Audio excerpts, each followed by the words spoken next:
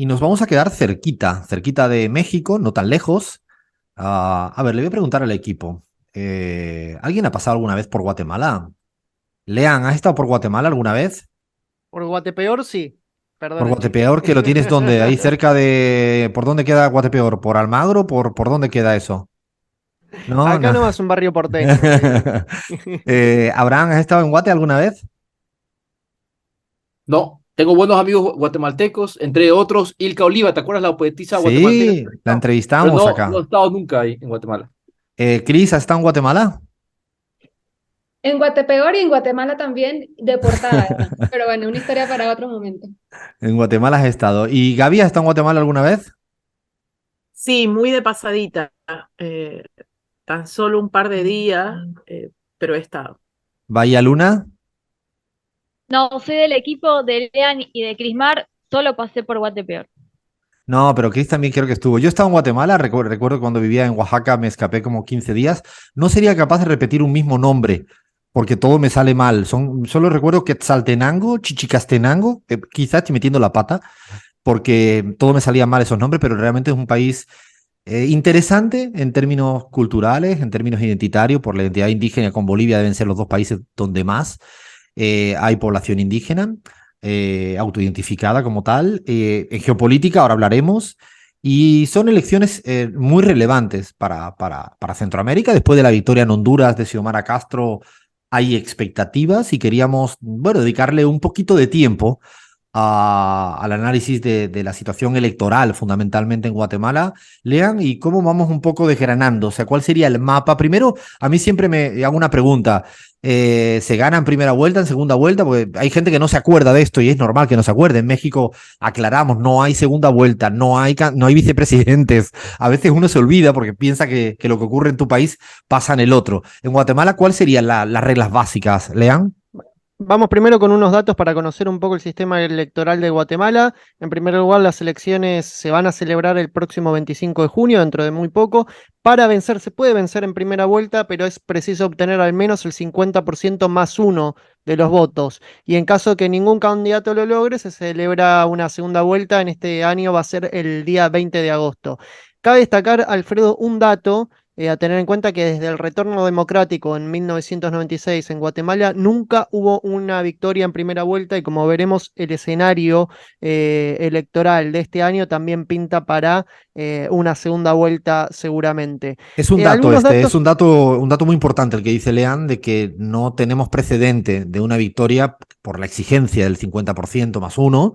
De hecho, yo recuerdo que en la última elección presidencial, el que gana no es ni siquiera el primero, tipo lo que le pasó a Lasso con Andrés Arauz, ¿no? Lo que le pasó a Exactamente. Boric en Chile. Digo porque esto es un caso que cada día hay que estudiar más. El que llega segundo, a segunda vuelta, pero hay tal nivel de cohesión en torno a él para que no venga el otro que al final acaba ganando. Lo digo porque esto es una cuestión que es transversal en la política y en el caso guatemalteco pasó y yo creo que hay miedos que vuelva a pasar, ¿no? Que vuelva a pasar, exactamente. 9 millones, más de 9 millones de personas están inscritas para votar. Tradicionalmente, en estos últimos años, la participación de Guatemala, la participación electoral en Guatemala se mantuvo relativamente baja, alrededor del 62%. Por ejemplo, en 2019 fue del 62,16% y en la segunda vuelta baja bastante también, Esto me bajó a llamó un la atención, 42%. Lean. Esto me llamó la atención, no sé si pasa en todos los lugares, pero que la segunda vuelta parece que ya no está ninguno de los candidatos o candidatas a los que quieres elegir y tienes mucha desmotivación. Digo porque también es otro Exacto. factor electoral a seguir estudiando. Sí, como bien decías, Alfredo, hay un gran descrédito de la política que está acompañada de esta baja en la tasa de participación. El actual presidente Alejandro Giammattei tiene una desaprobación del 75%, alrededor del ¿Cuánto? 75%. Casi todas las ¿75%? encuestas, 75% le dan alrededor de un 75% de desaprobación. Y Bueno, de está hecho, el ex mejor que rey, Lasso, ¿eh? Tampoco, o sea, digo, tampoco por si tan queremos mal, ¿no? motivarlo, está mejor que Lasso, digo, por si Es muy acaso, difícil ¿no? eso. Sí, es verdad que tampoco, o sea, pero digo, para motivar al señor Jean Mattei siempre puede mirar al señor Lasso.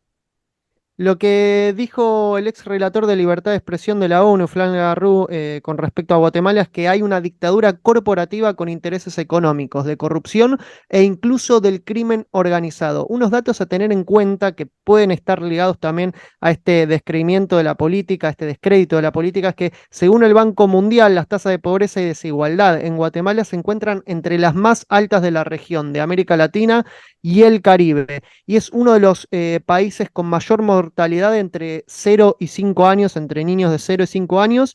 Las cifras de pobreza durante la pandemia llegaron a un 60% y el coeficiente Gini está en un 0,5 y es de los más altos de la región. Cuando hablamos de coeficiente Gini hablamos de desigualdad. O sea, da miedo, da vértigo. Y seguramente que la persona que haya paseado por allá, uno percibe la dureza, las dificultades de una gran mayoría y como casi siempre pasa, una minoría privilegiada, ¿no? Respecto. O sea, mapéame, Lean, por esto, quién se va quedando como candidatos y un poco cómo explica la cantidad de candidaturas que han sido tiradas a la basura por una u otra razón hasta hace pocos días que también hubo otra, ¿no? No podemos hablar, Alfredo, de las elecciones de Guatemala sin mencionar el rol fundamental de tutela de la democracia guatemalteca que está jugando el Tribunal Supremo Electoral. Para algunos analistas, el Tribunal Supremo es hasta el brazo judicial del actual presidente Alejandro Giammattei para perseguir opositores. La primera candidata que fue excluida, bueno, recordemos, el Tribunal Supremo Electoral tiene la potestad constitucional de validar o no candidaturas de acuerdo a, obviamente, el reglamento electoral de Guatemala. La primera en ser excluida fue una candidata indígena. Recordemos, Guatemala es un país que sufrió hace muy poquito un genocidio a los pueblos originarios perpetrado por el genocida y dictador Efraín Ríos Montt, que ahora vemos que también tiene va a jugar un rol fundamental. Fundamental, está su hija de candidata.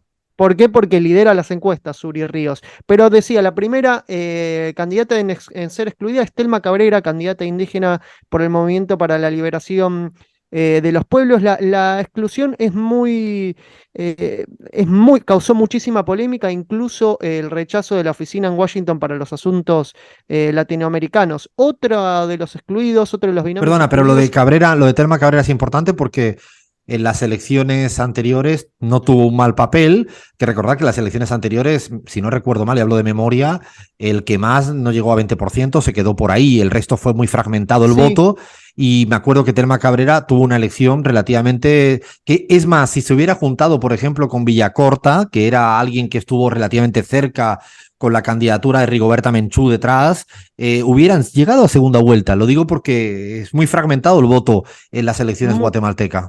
Muy fragmentado, de hecho, Telma Cabrera quedó a solo 3 puntos de ingresar en segunda vuelta a la última elección. Es muy cerca y ya la han tumbado, no quieren peligro esta vez. No quieren peligro, de hecho el argumento que dan es en contra de su compañero de fórmula, Jordán Rodas, que es un dirigente que está actualmente en exilio, que fue muy perseguido por el gobierno de Alejandro Giammattei, y el argumento es que no presentó un documento válido que ratifique que no tiene cuentas pendientes con el Estado. Eso ya de por sí lo dejó afuera de la carrera. Otro de los binomios, Alfredo, que quedó afuera es el de Arzú García Granados y Pineda. Pineda lideraba, cuando es excluido de la competencia electoral, lideraba las encuestas. Según algunas encuestas, como la de CEO Gallup, David Pineda lideraba las encuestas y salió quinto en las elecciones de 2019 con un 6,1% de los votos. En el caso de este binomio presidencial, el Tribunal Supremo había aceptado un recurso de nulidad por campaña anticipada. Con ese argumento lo dejaron afuera. Si querés, vamos ahora, Alfredo, a los que sí tienen. Bueno, el último dato que has dicho fue un escándalo. Esto ha sido hace pocos días porque efectivamente parecía que iba a ser el gran candidato. Bueno, otro afuera. O sea, han caído otros que no lo hemos citado todo por no marear con nombres y apellidos, pero que tengan claridad que es que ha sido una carrera casi de obstáculos con el Poder Judicial sacando a candidatos y candidatas. Bueno, a ver, quedémonos sobre todo con los más favoritos, ¿no? Hay una eterna candidata, ¿no? Creo que es la ex esposa, ¿no? Es esposa del fallecido Álvaro Colom, ¿no? que creo Exacto. que siempre está ahí y ya estuvo a punto de ganar en la anterior elección, al menos fue la primera más votada. Estamos hablando, creo que se llama Sandra Torres, ¿no?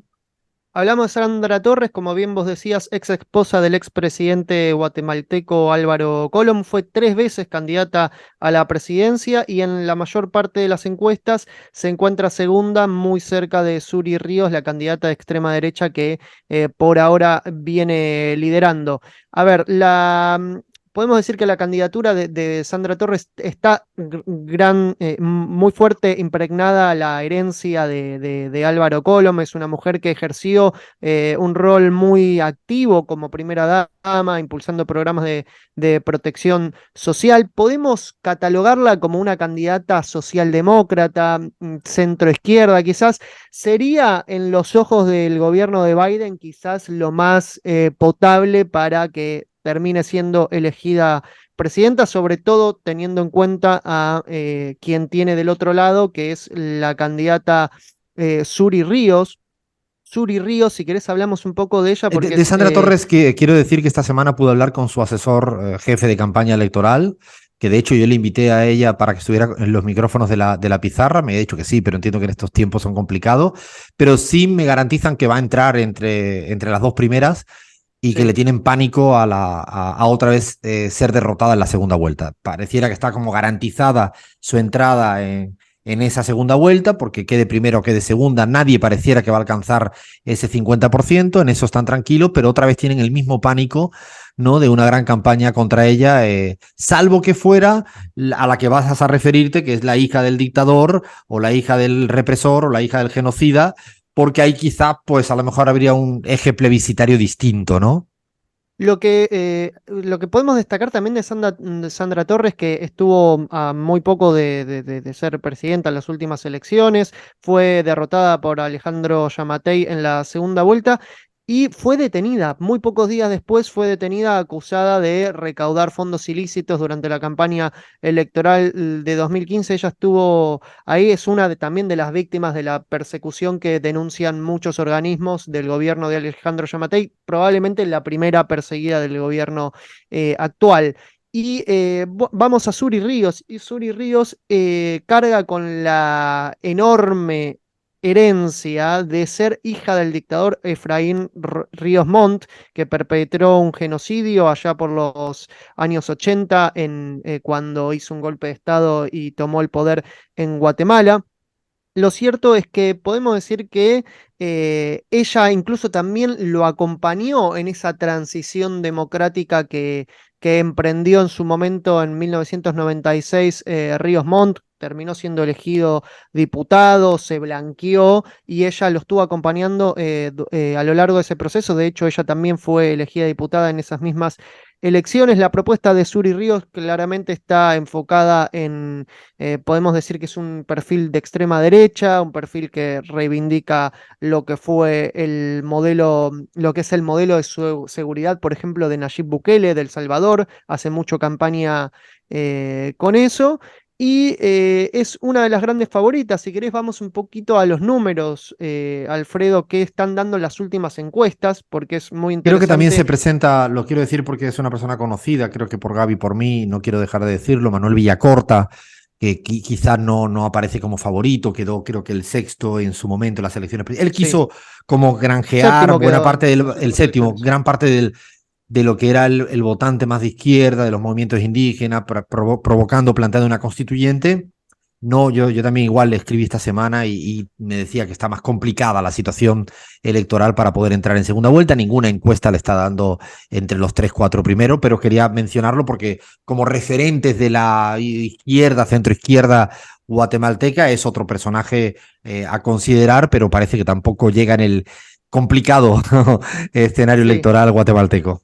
Él podríamos decir que se encuentra a la izquierda de Sandra Torres y de hecho manifestó hace poco la voluntad de hacer una alianza con los excluidos, con Telma Cabrera del Movimiento para la Liberación de los Pueblos y con Roberto Arzú del Partido Podemos, pero hasta ahora los números no le están dando. Los números, la última encuesta, Alfredo, del Grupo Impacto 360, realizada entre el 9 y 12 de junio, hace muy poquito, dan un resultado que coloca a Suri Ríos con una preferencia del 25,5%, seguida de Sandra Torres muy de cerca con 21,5%, y ya bastante lejos el tercero Edmond Mulet, que es un periodista también que se presenta como candidato con un 16,8%.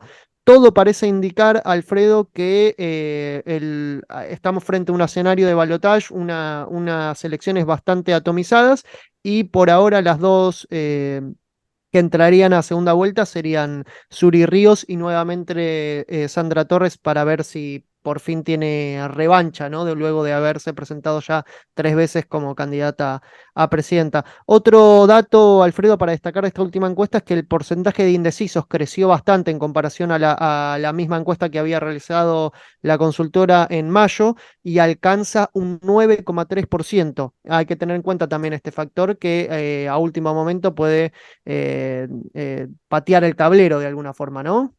La verdad que el universo de las encuestas, además en países donde hay poca tradición, donde es difícil acceder a muchas zonas territoriales, donde la participación es también un interrogante, donde han caído tantos candidatos y candidatas, me parece que resulta siempre más complicado.